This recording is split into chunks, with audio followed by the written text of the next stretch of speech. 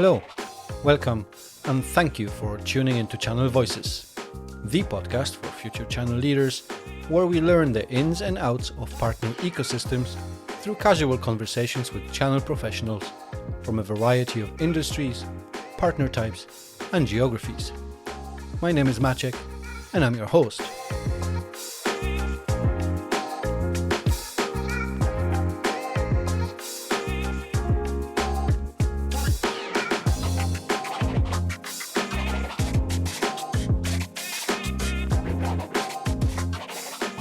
Margaret Adam, welcome to Channel Voices. Hey Maciek, great to be here. Thank you. Margaret, would you mind introducing yourself and telling us a little bit about your channel background, please?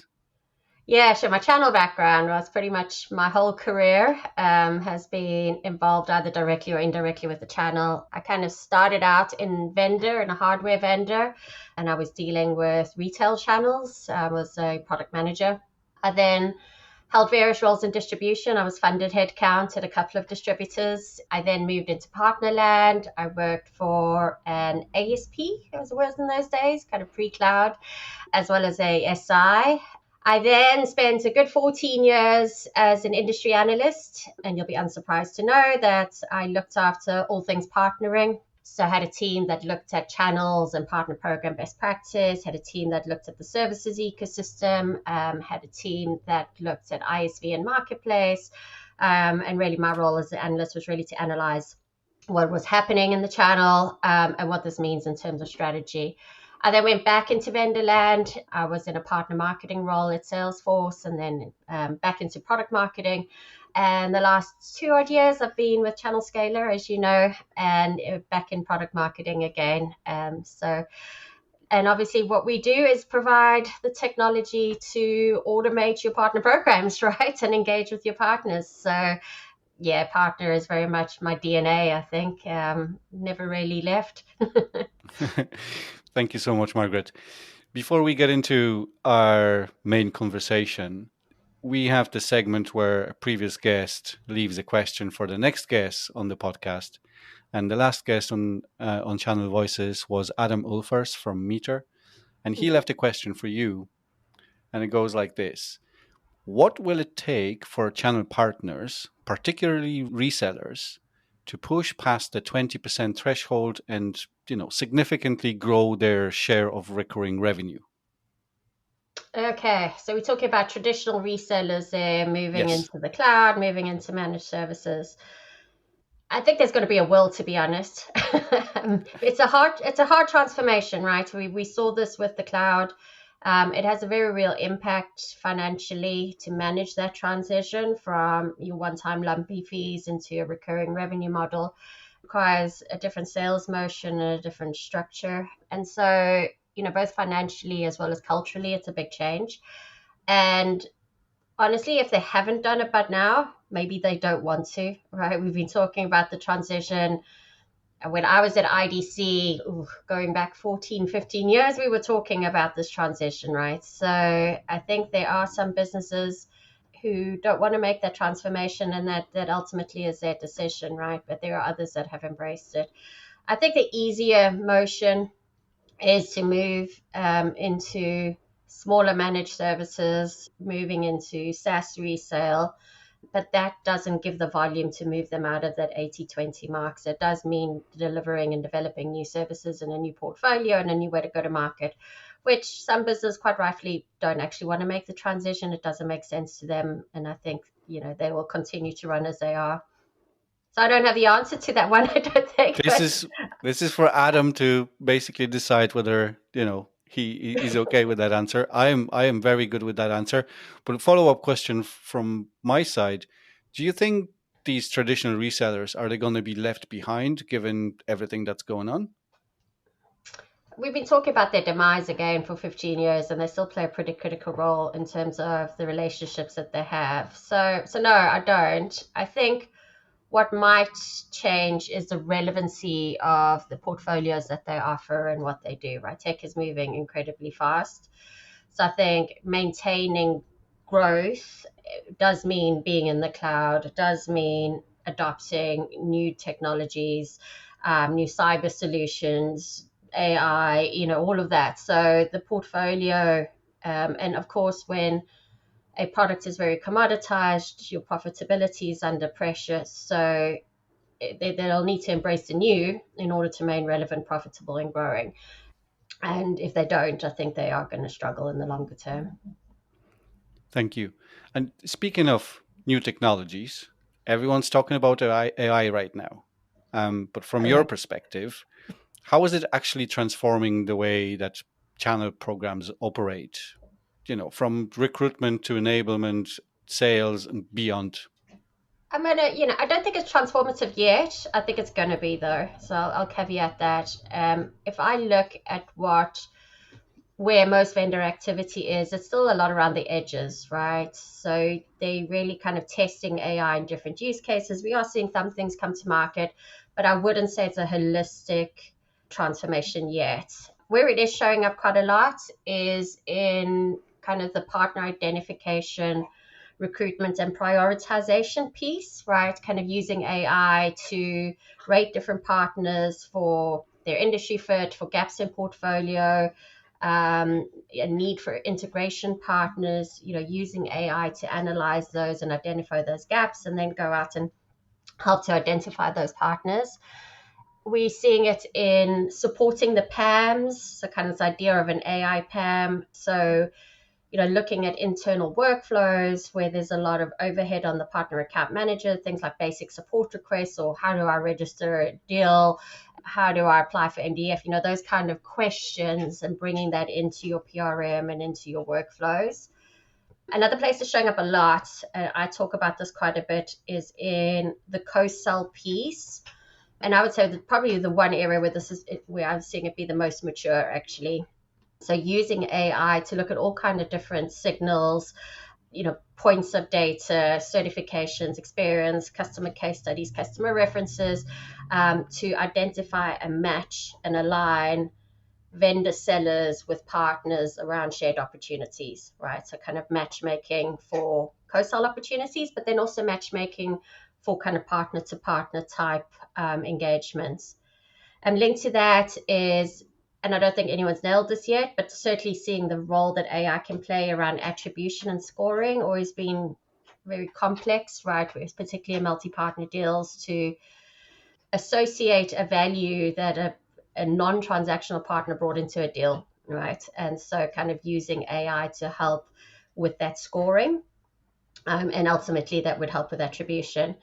And then, of course, we're seeing it in marketing all over, right? I've seen some really cool use cases around creating like a AI interview for a partner to create a case study that's very templated and very quick to do. So creating, context-driven case studies. We're seeing it around content creation, obviously around personalization. So we're seeing pockets, I guess my message, we're seeing these pockets of innovation. But is it a whole scale transformation yet? Probably not, but it's certainly heading that way. I wanted to touch a little bit on the PAM side of things. So you said, AI can be used to support partner account managers to properly manage their partners and making sure that they're supported with all that data.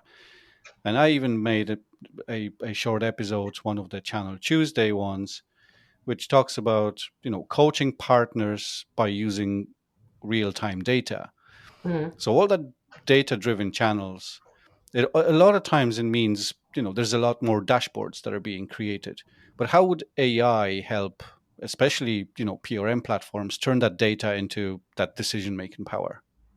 Yeah, no, this is actually a really exciting space. And, I used to work at Tableau, right? So I love a good dashboard. I'm a bit of a data geek.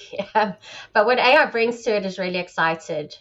It allows you to do things like natural language. So you can actually explore that data without being a data analyst, right? You can start bringing things like predictive modeling and what if analysis and scenario analysis. A great example is if you want to adjust your partner program from silver to gold and you're going to raise the thresholds, you can very easily with AI play around with that data and say, what is the impact going to be? How many of my partners are going to shift, for example? So it allows you to more intuitively explore that data. And also you can start to bring things like next best actions. It can give you the actions you need to do, right? So moving from that data to insight to action. And then it's also really handy if you've got lots of data for doing things like anomaly detections, for doing things like correlations, right? Really important in the channel. So kind of you'll be able to start to see, we've seen a drop in engagement in this region. What could that be? What is the correlation there? And start to get answers to those questions a lot more easier. So, it's that shift from visibility and transparency, which really important and has added a lot to our lives, but into that actionability.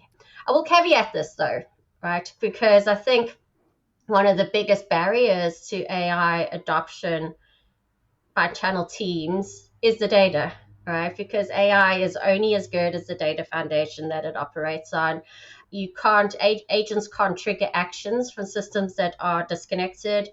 If you've got inconsistent workflows or like partially automated workflows or different workflows for different regions, you can't automate what isn't already standardized or already digitized, right? And so, to do all of this and to get the value from that data, you do have to get your data house and your data estates in clean and AI ready, right? And I think that is one of the limitations. But from what you can apply once you've got the data foundation in place is really exciting, actually.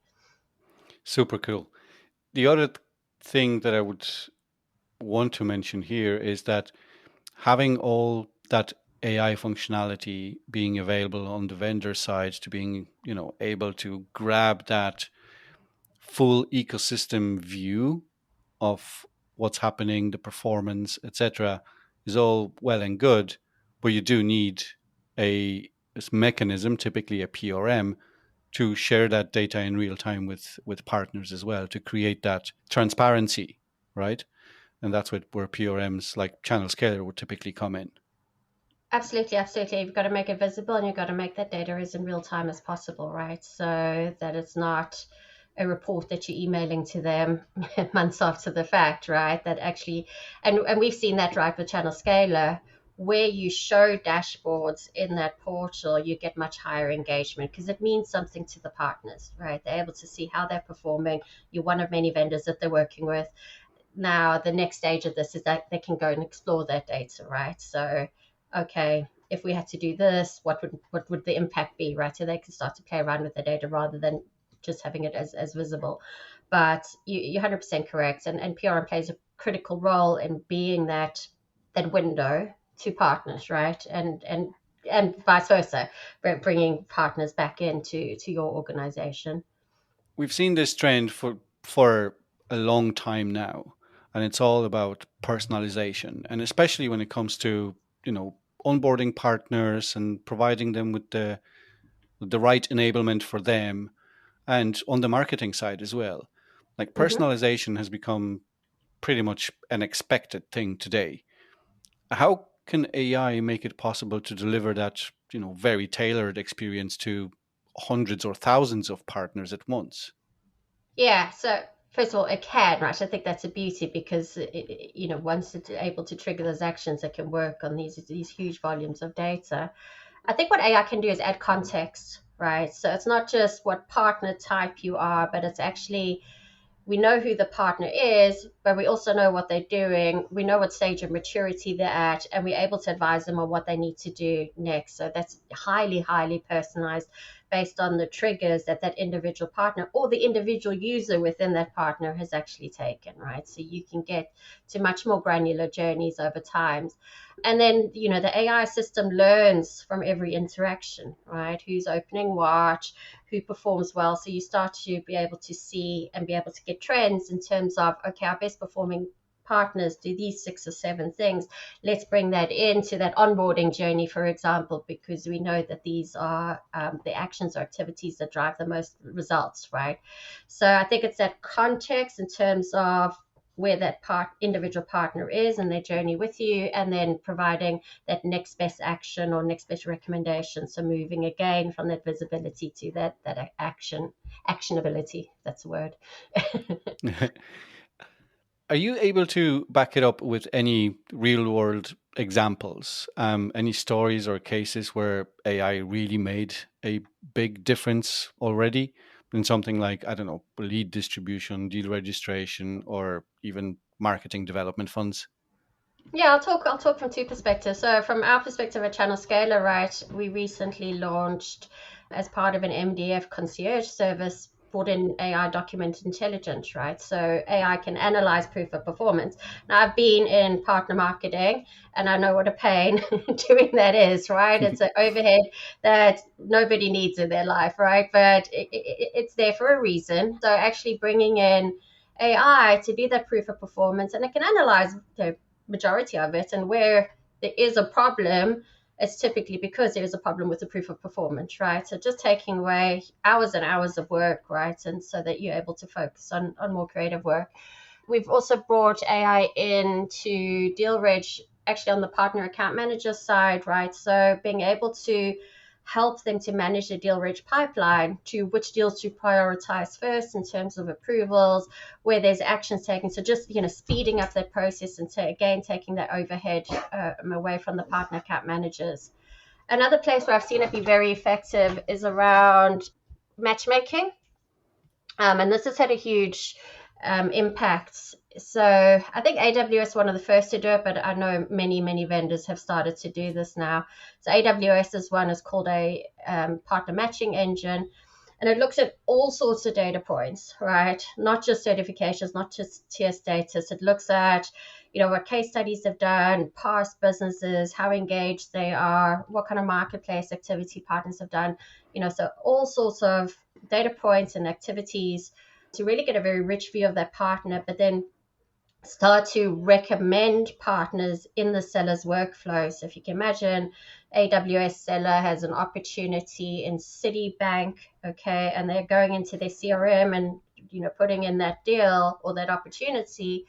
It will look at which partners have worked in similar accounts, have done similar solutions, have submitted case studies, have transacted on the marketplace, and look at all these things that would make that ideal partner, and will actually recommend to the seller in their flow of work, right? These are the partners because that's the problem with co-sell often. There's interest, but the sellers are, they're motivated to close the deal, right? They don't necessarily want to go hunting around for a partner. So actually making it so easy for them to identify the best fit partner for that opportunity, I think is really having quite a big impact. Yeah, co-selling is definitely a big topic these days. Yeah. And the other side of AI is the generative AI tools, and they're everywhere. We pretty much everybody uses it in their daily lives. But how are partners actually using them in their in their regular channel business? And do you see any challenges or risk that come with that adoption? Yeah, I'd say they're probably using it the same as we are.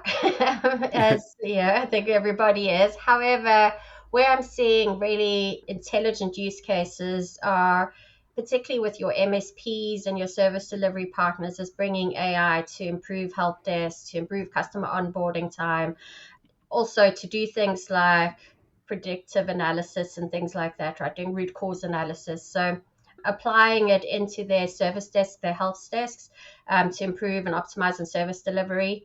Then they're using it for things like campaign creation, social media, your BDR outreach, as are others. They also use it for things like solution documentation and customer Q&A. And obviously partners, often first line of support, are a gold mine for that kind of information, right? So using generative AI to actually not only capture that, but actually respond and be able to learn. And that brings me to the next point. Where's it goes wrong? Context, context, context, context. You always say like AI without context is like an intern with no onboarding. They can have multiple degrees, right? But if they don't understand how your business works, what your business does, is pointless. So if you've got, well, it's not pointless, but you're never going to get the right kind of results, right? Right. So context is absolutely everything. And there is a risk that if they're just using a general open AI, that they're not necessarily teaching it the institutional knowledge. And then for you as a vendor, right, you want those partners to understand your branding, your messaging, your position, your joint value proposition. So they are creating marketing content, talking about your partnership, that they're doing it with context.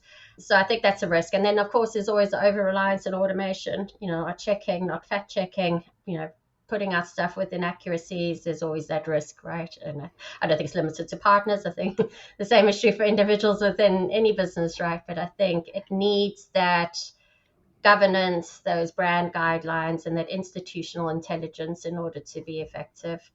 And you mentioned automation just there, right? And automation can be a double-edged sword in partner relationships, especially. Like how does one strike the right balance between using the AI to scale, but keeping that human connection and that partners typically value? Yeah, that's such an important point, right? And we've all been frustrated on the other side of that, right? I think it is about the use case. You should be focusing AI on areas where there's friction and administration, right? And so that you're able to free your people up to focus on things like co-selling, on your joint strategy, on being creative in terms of how you go to market together, on relationship building, right? Moving away from a very transactional relationship to actually getting to know multiple stakeholders within that partner. So, for me, AI should augment those relationships, but take away the overhead. And I think we know, right, partner teams are always under resourced, right? Always. And there's a lot of overhead and a lot of administration, right? So I think AI hopefully can improve that quite dramatically. And for me, that's where the opportunity is. But there is always a risk of over automating and becoming too reliant on it. So I think vendors need to very, very carefully balance that, because this has always been, and I think always will be, a people business, and you need to retain that. I agree 100%. Margaret, you're a product marketeer, so you know the fine line between innovation and hype. Like, how do you communicate the AI value to your audience and, in a way that is credible and isn't just, buzzword heavy? Yeah, exactly. Yeah, slapping AI onto the end of your name doesn't make it a product that works, right? So, That's um, right. I think you need to be really focused on tangible use cases and measurable outcomes, particularly now because there's so much noise and there's so much buzz and there's so much hype, right? Is moving away from the buzzwords and actually saying this is what it's going to do and this is how it's going to help you, right? These are the outcomes that it's going to help you achieve. And guess what? Here's how it's going to do it. But also being honest, I've caveated every conversation I've said here where the potential in AI is amazing, but if your data estate's not sorted out, you're going to struggle to actually bring anything.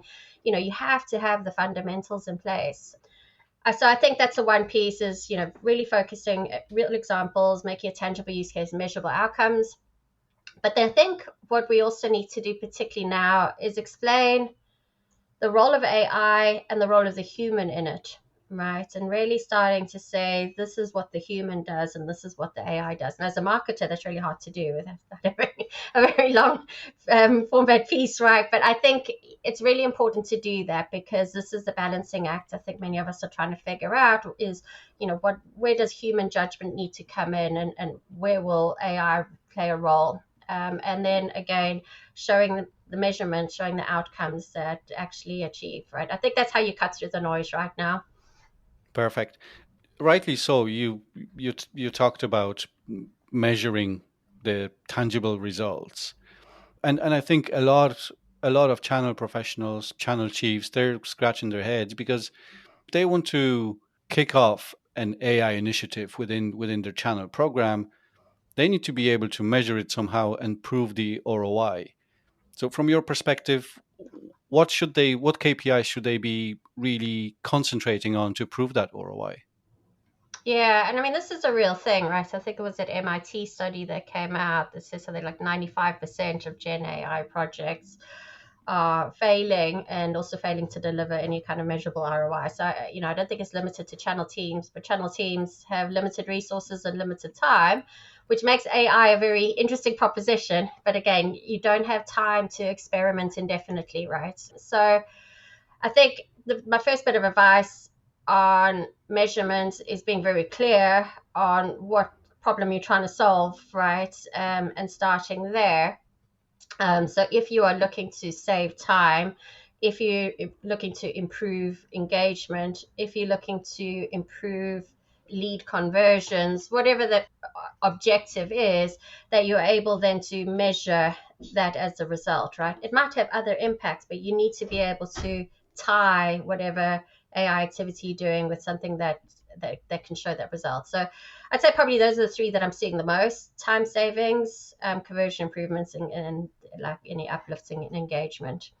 If you were to take a stab at predicting the future a little bit, what do you think that AI enhanced partner ecosystem might look like in 5 years from now? Well, I can't in 5 years. There's no way. I think, yeah, I mean, I could imagine anything in 5 years. I think it's moving so fast. 2 years ago, I wouldn't have even thought we were in this space, right? So I think there's people smarter than me that are able to see that.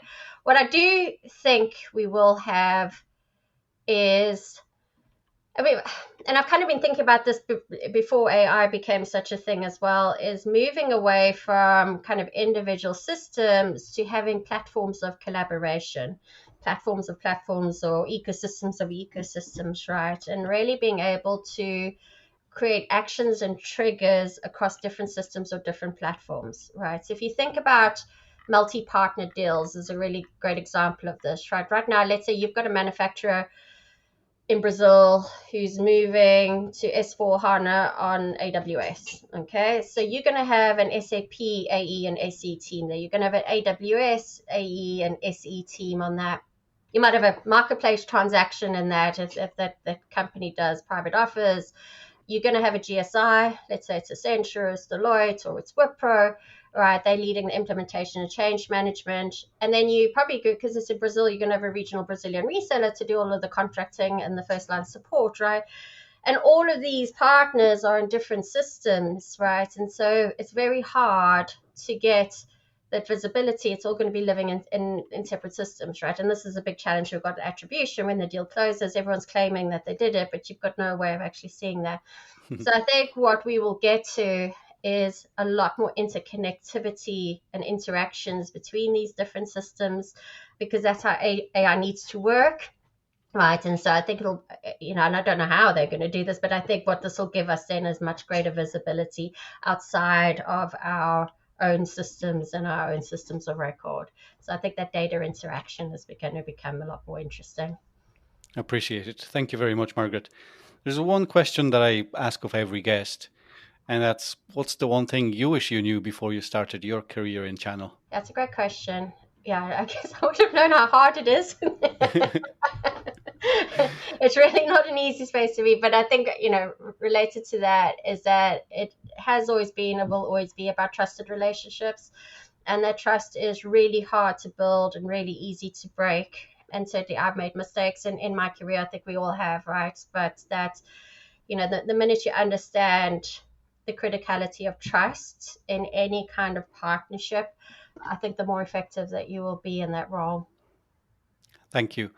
And just like Adam left a question for you, would you mind leaving a question for our next guest, please? Yeah, this is selfish one because I don't know how to do this. So my question is, right, with all the noise, with all the activity, with how fast things are moving, like how do you individually avoid the AI overload, right? Make sure that you are staying on top of it and being able to apply it, but are staying focused and purposeful in terms of how you do that and not getting distracted by all the AI activity. So I'd love thoughts on that. Thank you very much, Margaret. So much appreciate you coming on the show. Thank you so much for your time and sharing your insights into AI and partnerships. Thank you very much. Thank you, Machi. Thanks for inviting me. A great conversation and some hard-hitting questions there. I really appreciate the opportunity. Thank you. Thank you for tuning into this episode of Channel Voices. I hope you enjoyed today's conversation and gained valuable insights. Don't forget to subscribe, rate, and leave a review on your favorite podcast platform. Every bit helps us grow and reach more future channel leaders like you. Thanks again, and we'll catch you in the next episode.